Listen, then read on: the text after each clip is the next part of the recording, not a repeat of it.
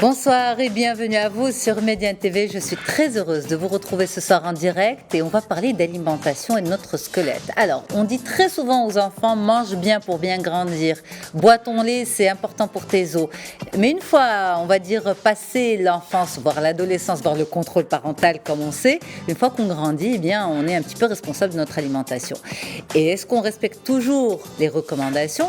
Pas si sûr. En tout cas, on va en parler ce soir avec le docteur Karim Louali, qui est médecin nutritionniste. Bonsoir docteur, comment ça va ? Bonsoir, très bien. Est-ce que vous vous répétez à vous-même souvent, je dois bien manger, c'est bon pour mon squelette ?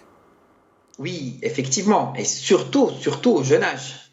Alors, souvent, quand on est adulte, on pense à équilibrer son alimentation, pas en pensant à son squelette, mais plutôt en pensant à sa silhouette. Alors, est-ce que plus on avance dans l'âge et plus notre squelette a besoin au contraire de minéraux, de nutriments particuliers. Oui, effectivement, parce qu'il faut savoir qu'on remplit notre os, c'est ce qu'on appelle la densité osseuse. Et une fois qu'on arrête la croissance, c'est-à-dire à 21 ans, la densité osseuse est finie. J'ai rempli mes os. Et en ce moment-là, je commence à perdre un peu chaque 10 ans. Et puis, quand la femme atteint la ménopause, elle commence à perdre un peu plus parce qu'elle n'a plus d'œstrogène. Et donc, mon capital osseux, je le fais durant le jeune âge. Et ça, c'est tributaire de deux choses. C'est tributaire de la bonne alimentation et c'est tributaire de l'exercice physique. Parce que c'est l'exercice physique en apesanteur qui fait que notre os est bien rempli. Bien entendu, passé l'âge de 21 ans, on fait tout pour maintenir cette masse osseuse. Et pareil, c'est deux paramètres qui rentrent en jeu, l'exercice physique et l'alimentation équilibrée. Ok, alors on va reprendre toutes ces données petit à petit. Vous avez dit jusqu'à 21 ans, c'est l'âge, c'est pendant cette période-là, de 0 à 21, qu'on remplit ce capital osseux, donc cette masse osseuse. Comment ? Est-ce que on dit souvent aux enfants, bois ton lait, finis ton verre de lait, c'est important, mange du fromage, c'est important pour tes os. Donc ça l'est véritablement. Oui, ça l'est, mais pas aussi important que ça. Parce que la vache, elle va allaiter son veau. Une fois qu'il va finir l'allaitement, il va brouter de l'herbe. Ce n'est pas pour autant qu'il ne devient pas un taureau. En fait, il faut d'abord le calcium. C'est pour ça qu'on parle très très souvent de produits laitiers. Le calcium, c'est quelque chose de très important parce que 90% de notre calcium se trouve dans les os. Mais le calcium ne va pas seul. Le calcium a surtout besoin de la vitamine D. C'est ce qui permet l'absorption du calcium dans l'intestin. Même chez les enfants ? Oui, même. Même chez les enfants. On a tous besoin. Oui, mais justement, docteur Louali, moi ça m'interpelle parce que j'ai des enfants à la maison et j'imagine que tout parent actuellement se rend compte que les enfants sont très souvent cloués dans leur chambre devant des PC, devant des télés, contrairement à avant, quand on était plus jeunes, quand nous étions des enfants, c'était différent. On jouait beaucoup dehors, on courait. Et donc, pourquoi je dis ça ? Parce que la vitamine D, elle nous vient d'où ? Elle nous vient du soleil, qu'on soit petit ou grand, c'est bien ça. Et donc quand on jouait à l'extérieur, on aidait notre corps à fixer ce calcium sur nos os parce qu'on synthétisait de la vitamine D. Là, maintenant, les enfants sont très souvent à l'intérieur.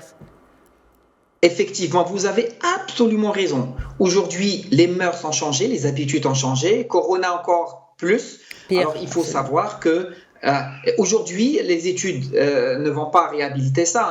Un enfant sur 4 est déficitaire en vitamine D au Maroc. Donc, les 2 tiers de la vitamine D viennent du soleil, le tiers vient de l'alimentation. Et donc, aujourd'hui, oui, il faut chercher à supplémenter en vitamine D les enfants. La solution, c'est les pousser à jouer dehors, c'est leur donner une alimentation riche en vitamine D, et puis c'est passer à une supplémentation. Les pays qui ont vaincu ça, ce ne sont pas les pays qui donnent la supplémentation systématique, ce sont les pays qui vont enrichir les produits de base de vitamine D. Bon, aujourd'hui, ça commence à être fait dans certains yaourts au Maroc parce que les deux fléaux au Maroc, c'est ça, c'est le fer et la vitamine D. Un enfant sur 3 manque en fer et un enfant sur 4 manque en vitamine D au Maroc.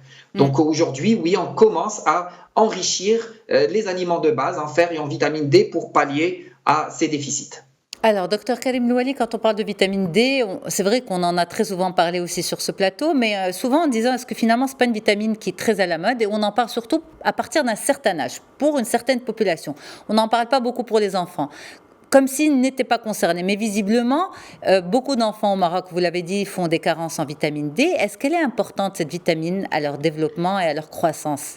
Oui, énormément, parce que au-delà du rôle de l'absorption du calcium, c'est une vitamine qui joue un rôle dans l'immunité, et on l'a vu avec le coronavirus. C'est une vitamine qui nous sert à la prévention des maladies cardiovasculaires et puis surtout à la prévention de certains cancers.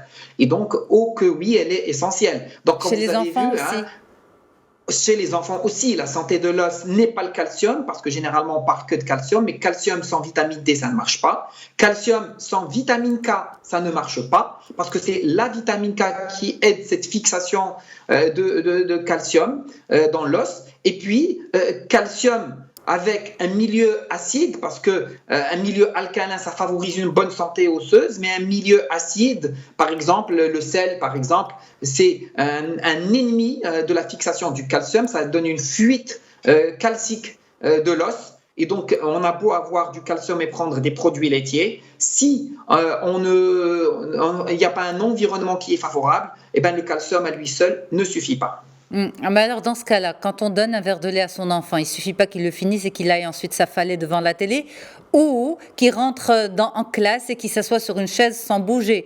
C'est quoi? Est-ce qu'il y a, on va dire, une bonne recette? Qu'est-ce qu'il faut lui donner son petit déjeuner, le faire courir ensuite? Oui. Non, pas le faire courir, mais un enfant doit faire une demi-heure de sport chaque jour. Ok. Je pense qu'il est très très loin le cas aujourd'hui. Donc ça, c'est la première chose. Un enfant doit manger équilibré, c'est-à-dire c'est l'ensemble des vitamines et des minéraux. Il doit avoir du magnésium, il doit avoir du zinc, il doit avoir de la vitamine K, et tout ça se trouve dans une alimentation équilibrée.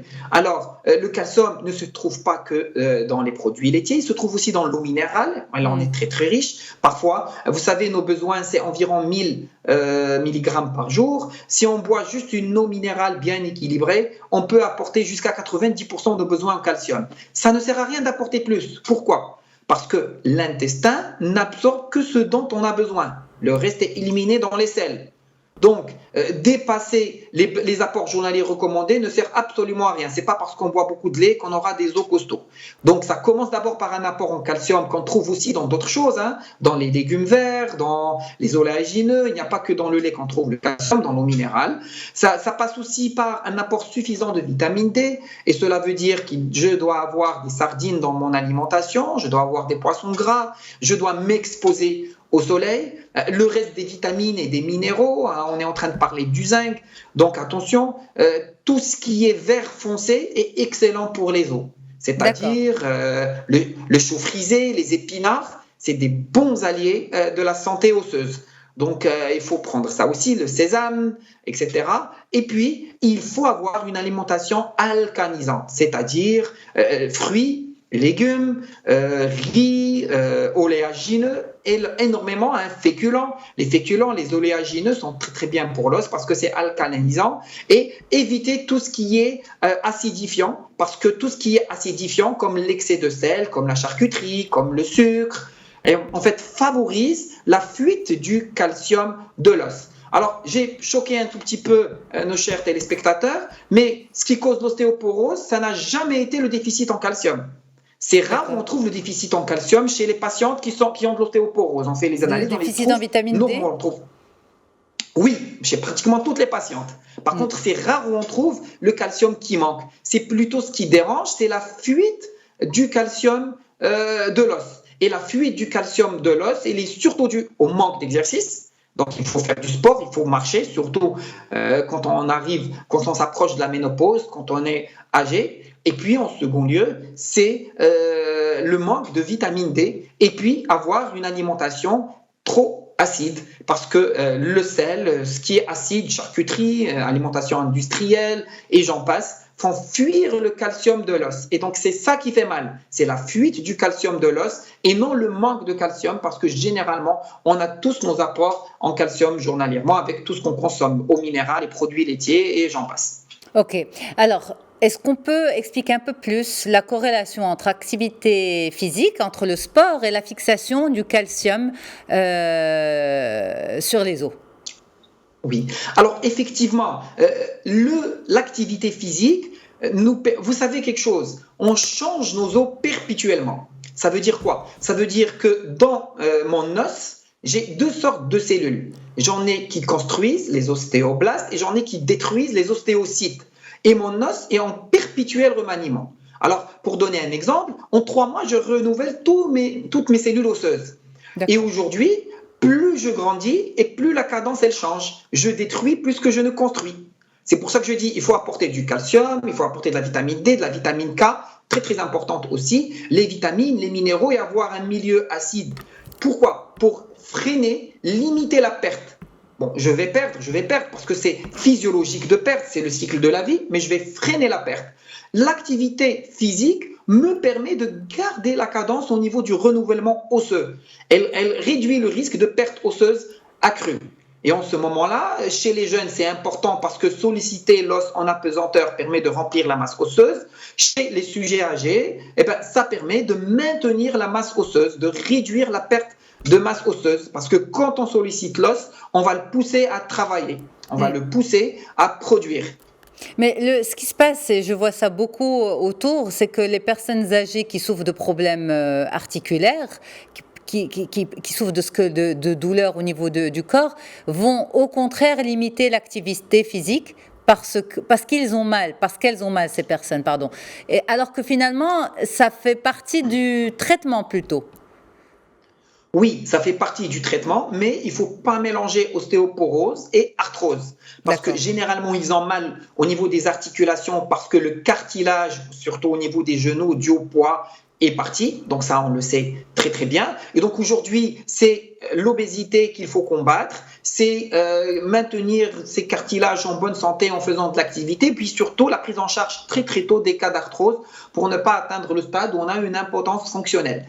Sinon, non, le fait de marcher, il maintient la masse osseuse correcte. Et puis aujourd'hui, il y a la médecine douce qui permet tout un éventail de traitements pour lutter contre ces arthroses. Là, je vais citer que la curcumine qu'on a dans notre cuisine marocaine. Le curcuma est un excellent anti-inflammatoire qui remplace parfaitement les anti-inflammatoires classiques qui ont des effets secondaires et qui permet de gérer ces douleurs.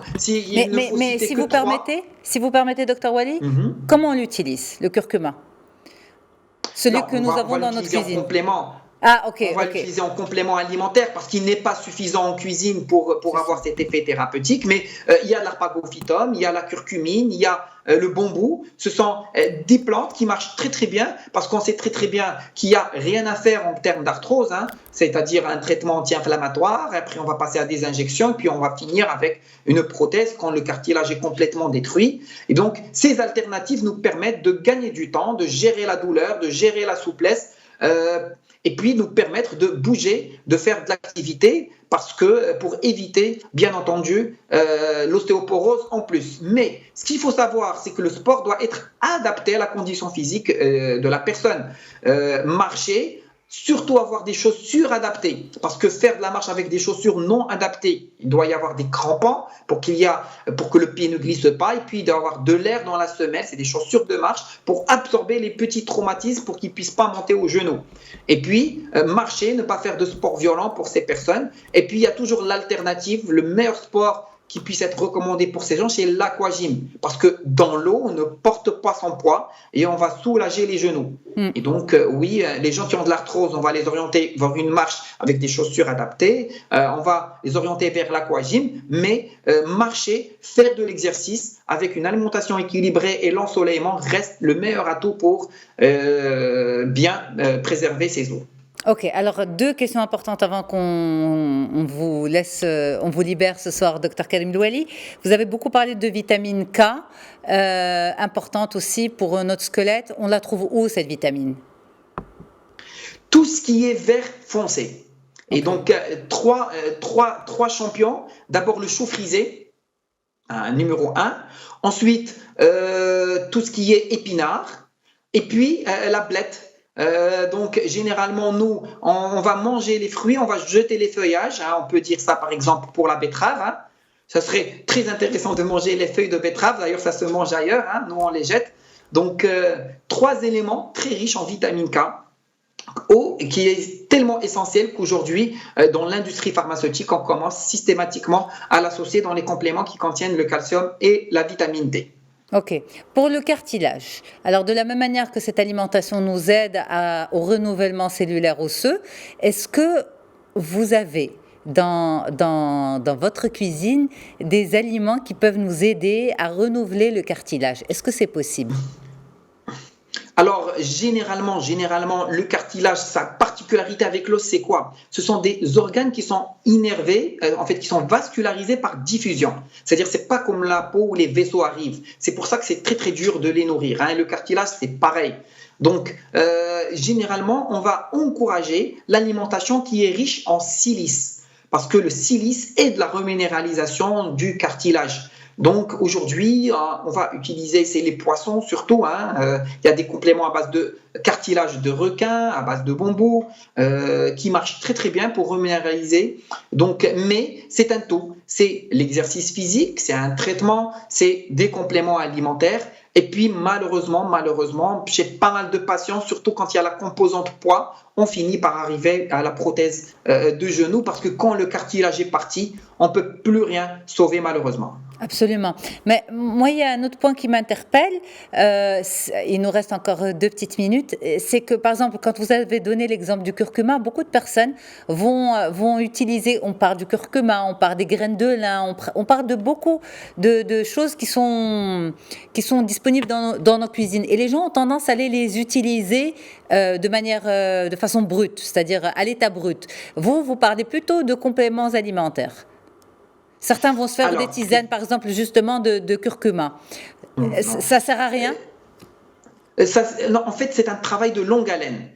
Aujourd'hui, on parle par exemple de l'ail, de son pouvoir hypolipémiant, son pouvoir antihypertenseur. Eh bien non, c'est pas en mangeant 3-4 gouttes chaque jour pendant un mois que ça va arriver. C'est un tout. Et en fait, c'est une alimentation équilibrée et qui contient tous ces super aliments, tous ces super ingrédients sur le long terme qui va aider le corps à lutter contre ces maux. Et ça fait partie d'un ensemble. Exercice physique, alimentation équilibrée, pourquoi pas complément alimentaire et puis traitement médical quand il le faut. Et en fait, un patient, on le voit en globalité. Et aujourd'hui, on parle de médecine intégrative, c'est-à-dire qu'on va mettre à la disposition du patient toutes les choses qui vont l'aider à éviter d'arriver à ce stade. Et donc, ça va de soi. C'est l'exercice physique, c'est l'alimentation équilibrée, diversifiée, riche en ces éléments, hein, la curcumine, les sardines, tout ce qui est sésame, tout ce qui est fruits à coque, etc. Et bien entendu, on va ajouter des compléments alimentaires parce que parfois, on n'arrive pas à atteindre ces doses dans les condiments de chaque jour dans notre cuisine. Et puis, quand il le faut, il faut aller à la médecine parce qu'aujourd'hui, oui, il y a des gens qui étaient alités en faisant une prothèse de hanche. On les voit reprendre la vie, reprendre le sport, éviter les douleurs. Donc, quand il faut passer à la table, il faut passer à la table. Là, on parle surtout de prévention, absolument. Et ensuite, il faut aussi écouter les professionnels, les scientifiques et les médecins. Merci beaucoup, Dr Karim El-Ouali, d'avoir été en direct ce soir avec nous dans On se dit tout. Pour moi, ça a été un plaisir de vous retrouver, de retrouver l'équipe et de retrouver les téléspectateurs. Et je propose justement que vous allez faire un petit tour du côté de Média Podcast, notre plateforme et notre application podcast, pour suivre le podcast Histoire de parents. Chaque mercredi, je poste un nouvel épisode. Cette semaine, justement, si vous vous posez cette question, faut-il ou non être l'ami de ses enfants? Eh bien, une maman a accepté de me raconter son histoire, l'histoire dans laquelle elle a choisi de devenir la meilleure amie de ses enfants. Comment elle s'en sort? Est-ce que ça a marché? Eh bien, je vous propose d'aller l'écouter. Ça en vaut le détour. Très, très bonne soirée à toutes et à tous. On se retrouve demain pour un nouvel épisode. Au revoir.